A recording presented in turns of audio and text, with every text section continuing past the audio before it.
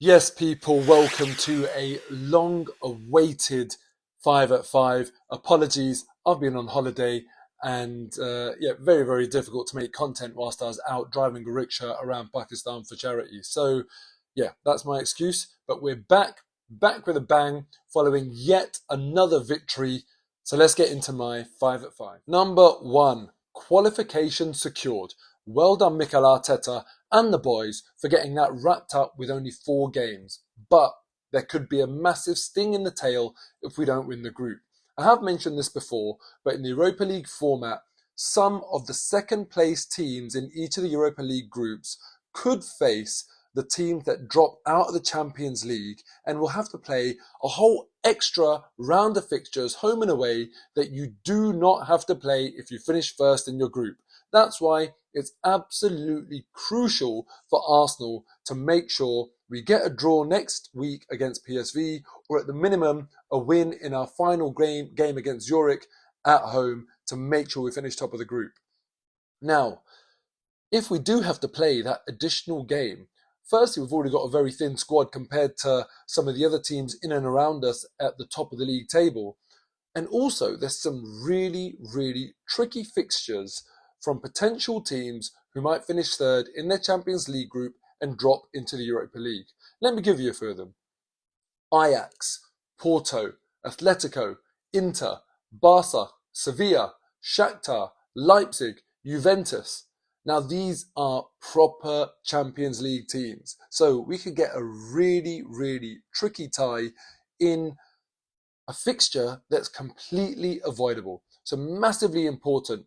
It's not done and dusted yet, this group. Massively important that we either draw against PSV or win if that's what we need in our final game.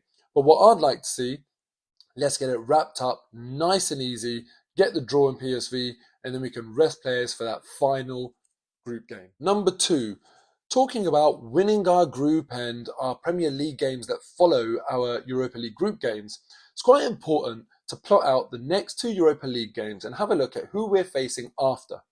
Now, we play Southampton on Sunday, away from home, and then it's a PSV return leg, obviously in Holland. Then we play Nottingham Forest at home.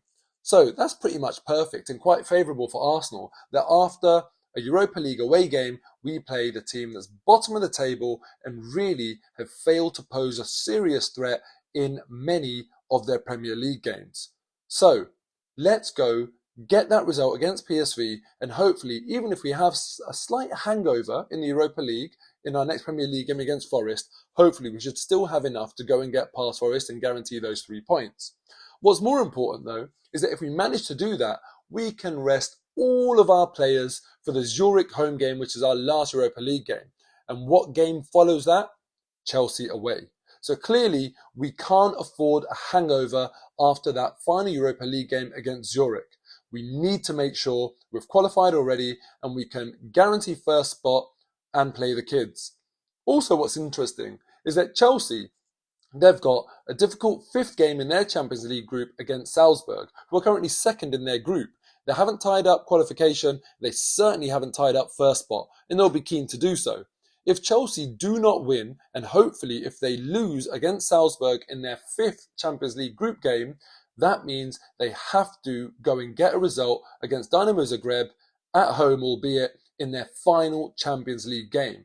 And importantly for Arsenal, that's the game before we play Chelsea in the Premier League.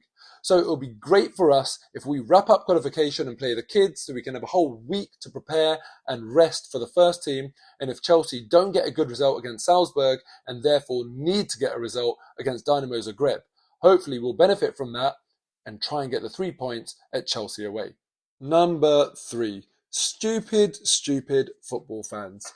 I don't know what it is about football fans, but why they feel the need to rip seats out of stadiums and throw them at other people, throw flares at opposition fans, it just baffles me.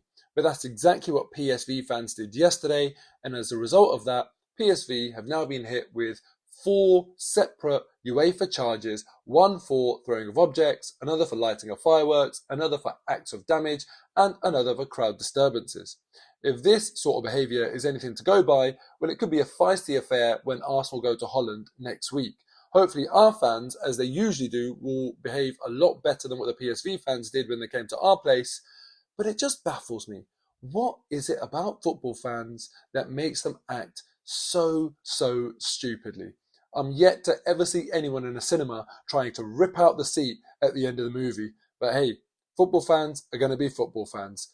Frankly, embarrassing. Number 4, I want to talk about Takehiro Tomiyasu, TT, who I thought had a brilliant game yesterday.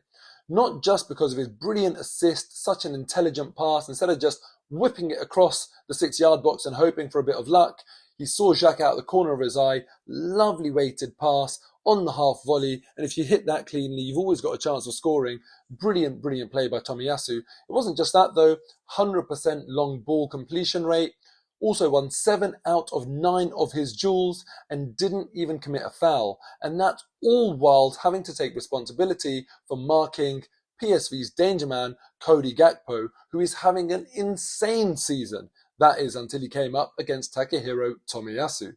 So now, this is what I want to ask you guys. Put your comments in the comments below and let me know, who should Arsenal's first choice right back be? Because look, let's face it, Tomiyasu has shown us since he's joined the club, he's very worthy of that role. He's done a brilliant job there whenever he's been called upon. But we're top of the league and Ben White has been our Premier League right back so far this season because of injuries and so forth. So do you take the view that, listen, it's going so well, you shouldn't change anything? Or do you look at it and say, look, Tomiyasu's just the better right back. He's better aerially as well, which is quite important in defending corners and giving Ramsdale an option from long goal kicks. How do you see it? Would you stick with Ben White or would you put Tomiyasu in? Frankly, I'm torn, but I feel like if it isn't broke, you don't fix it. Number 5, one thing that frustrated me in the game against PSV yesterday was that Bukayo Saka, I feel like, should have been taken off much sooner. And then especially in the second half when he went on one of his trademark brilliant direct runs and suffered a really bad foul from behind, and he took a bit of a knock there, stayed down for a while, I thought to myself, sub him off instantly. To my amazement, Arteta actually brought on Martinelli but took Jesus off. And sure, that might have been the planned substitution, and Jesus also needs to be protected. But after Saka was clearly struggling, it didn't make sense to me why he ended up playing him even more after that. Saka clearly was struggling, and I just felt as though it wasn't very good squad management. Every time he got the ball, I was nervous. I even noticed he had pulled one sock down. It almost felt like maybe he was having a bit of cramp. Maybe that's why he was doing that. But you know what? It just concerned me that with Bukayo Saka, on many occasions, Arsenal fans have spoken about the fact that he gets run into the ground. He's just hitting form this season, and he's not a player we can afford to lose.